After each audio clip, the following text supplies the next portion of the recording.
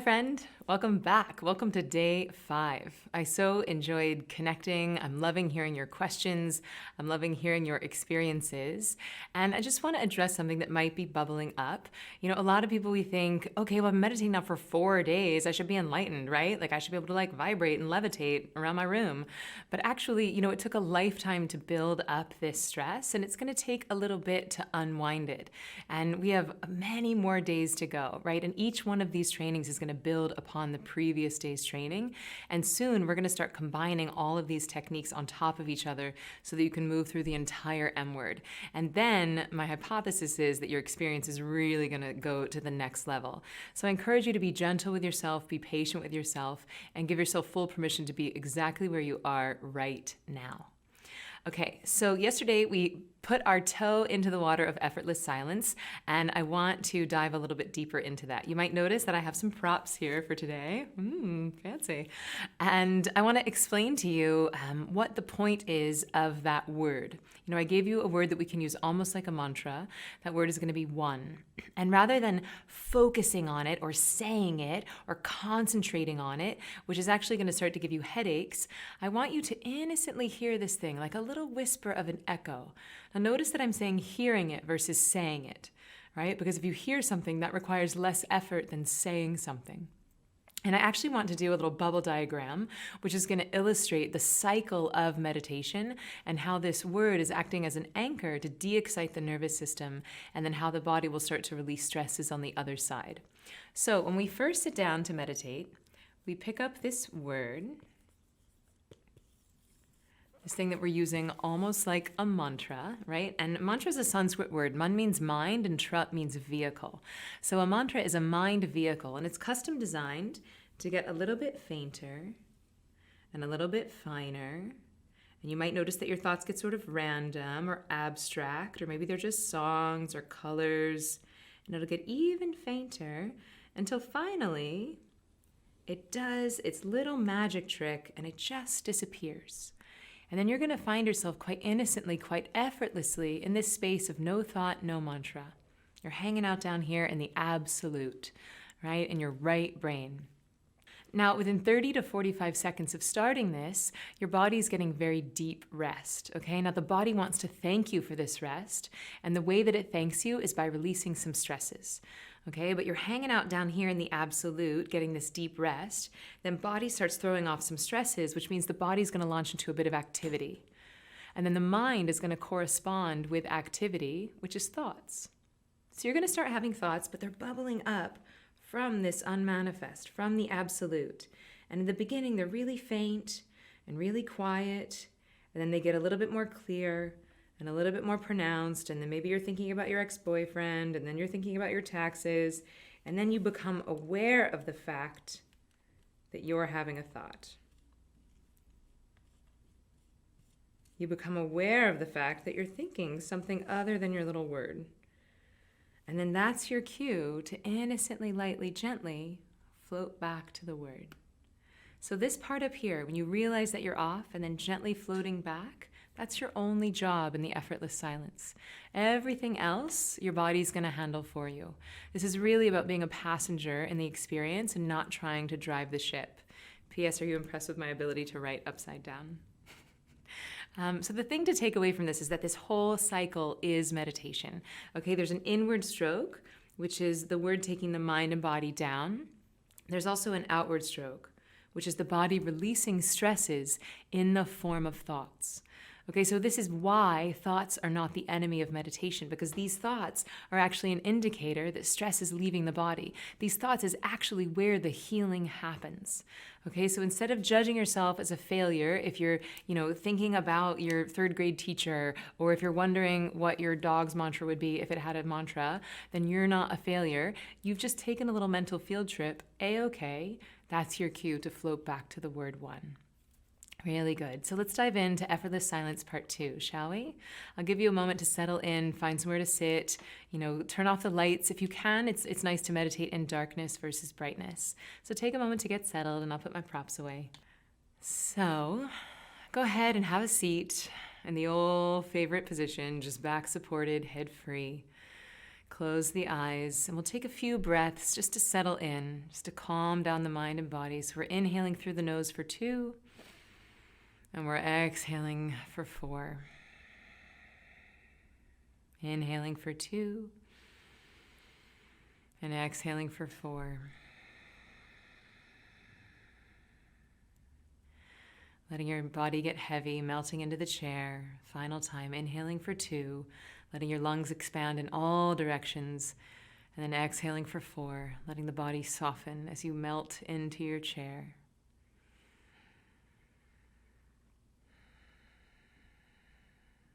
Really good. And as you start to practice the effortless silence, I want you to notice if this word, if this mantra can almost start to float to you like a hot guy in a bar, right? Let them come to you instead of you aggressively going and picking it up. So just hearing it ever so gently in the background of your mind. Just one,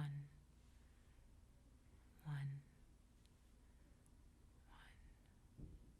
Letting it get fainter and finer and even slip away.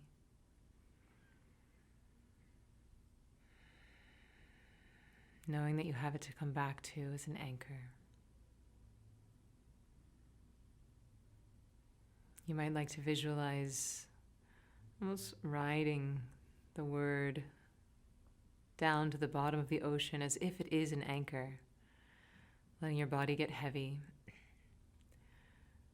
knowing that it's a-okay to fall into that sleepy feeling if it comes, and that you're allowed to have thoughts. That's just stress leaving the body. And we'll be here for a few minutes. Don't mind the time. I'll let you know when it's time to come out.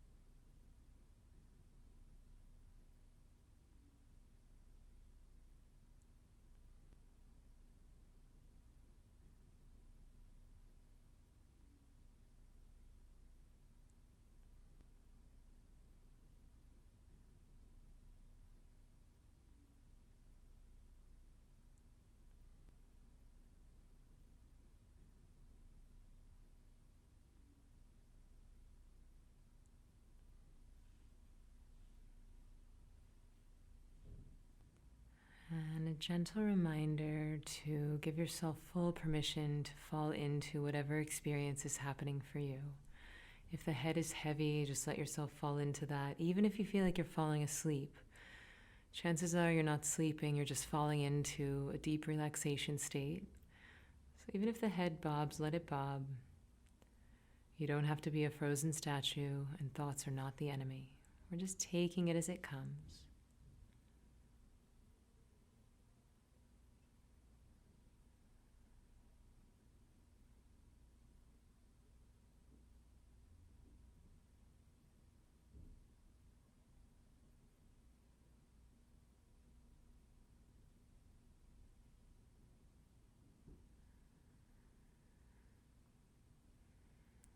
And we want about 5 minutes here.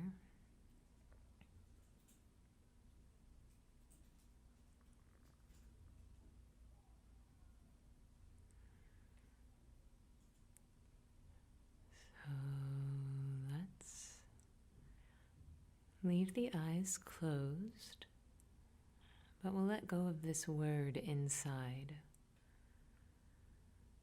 Again, imagining that we're cutting the cord to an anchor and gently, effortlessly starting to float back up to the surface, back into the body, back into the room.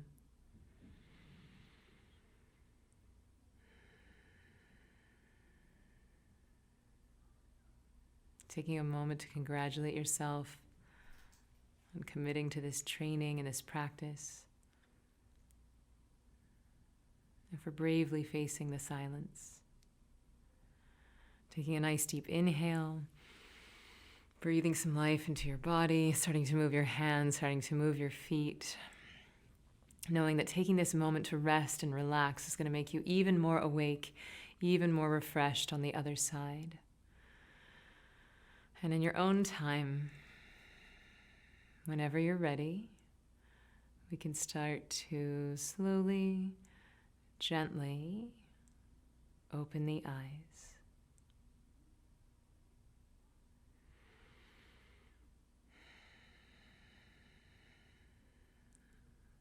All right, your second effortless silence has happened. What did it feel like? Was your mind racing? Did it feel like you were falling asleep? Were you okay with the words slipping away? I want to hear about your experience, because gratitude is one of these words that we think we know what's up. We're like, yeah, sure, I give thanks, but there's actually a whole beautiful world behind it. So happy meditating, and I'll see you tomorrow.